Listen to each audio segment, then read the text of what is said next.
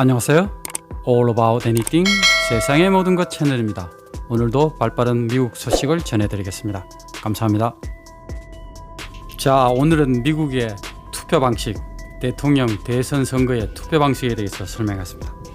대다수 국민이 현재 바이든에게 투표를 해도 대통령에 선출 안 될 수 있는 이상한 투표 방식을 미국은 사용하고 있습니다. 처음 들으시면 잘 이해가 안 되실 것 같습니다.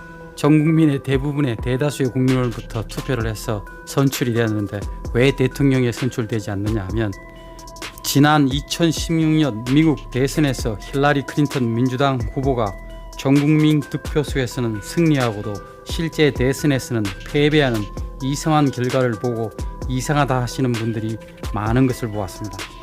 힐러리는 전체 득표수에서 200만 명 이상을 이기고도 실제 선거에서는 패배하게 된 것입니다. 자, 이제부터 독특한 미국의 선거제도에 대해서 설명해 드리겠습니다. 1792년 제정된 연방법에 따라 4년 주기로 실시되는 미국 대선은 11월 첫 번째 월요일 하루 뒤인 화요일로 선거일이 미리 정해져 있습니다. 즉, 특정 날짜로 선거를 하는 것이 아니라 매 4년마다 주기별로 11월 달에 첫 번째 화요일 날 투표를 하게 되어 있는 것입니다.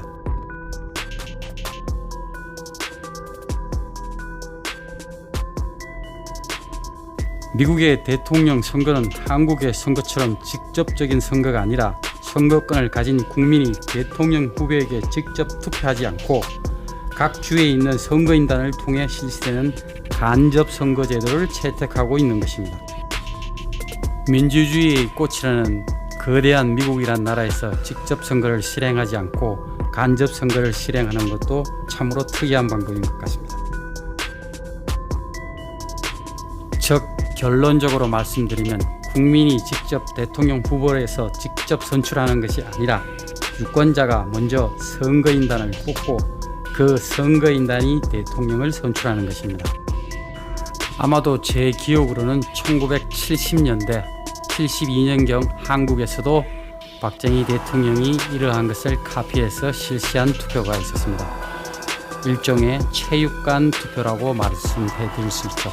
당시 통일 주체 국민대의원을 뽑아서 그 의원들이 체육관에 모여서 대통령을 선출하는 방식이었습니다. 일종의 거수기 방식에 이미 정해진 후보를 지정하는 역할을 하는 제도였던 것 같습니다.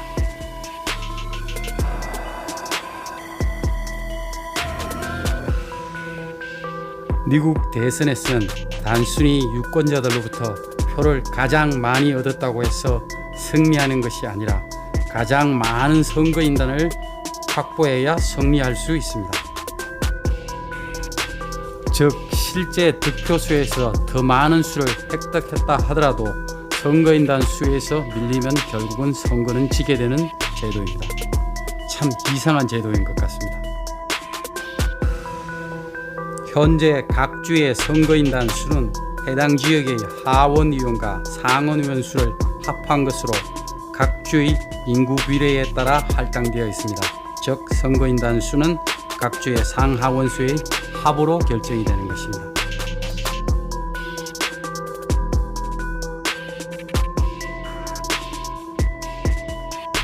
따라서 독특하게도 선거인단 선출은 해당 주에서 한 표라도 더 얻는 후보가 그 주의 표를 모두 독식해서 가져가는 이른바 승자 독식 방식 Winner Takes All에 적용됩니다. 한 표라도 승자가 동주의 모든 선거인단의 투표수를 독식하게 되는 이상한 제도입니다.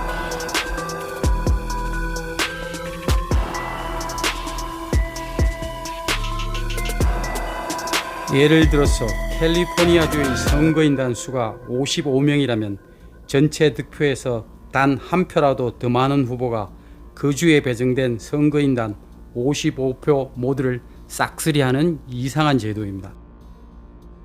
결국 큰 주에서 승리하게 되면 선거인단 수를 몰표로 가지고 올 수 있어서 인구수가 많은 주에서 이기는 방식이 가장 중요한 방식인 것 같습니다.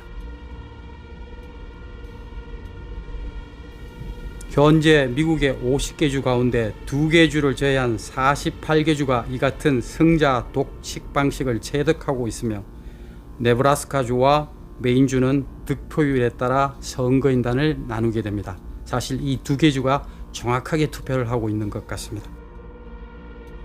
실제 미국의 각 주에서 인구수가 많은 주는 대부분 양쪽의 바닷가에 포진하고 있습니다.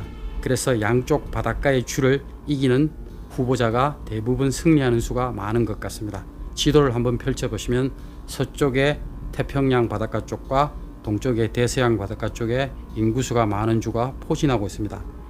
전체 538명의 선거인단 중에서 270명을 획득하는 후보가 승리하는 구조입니다.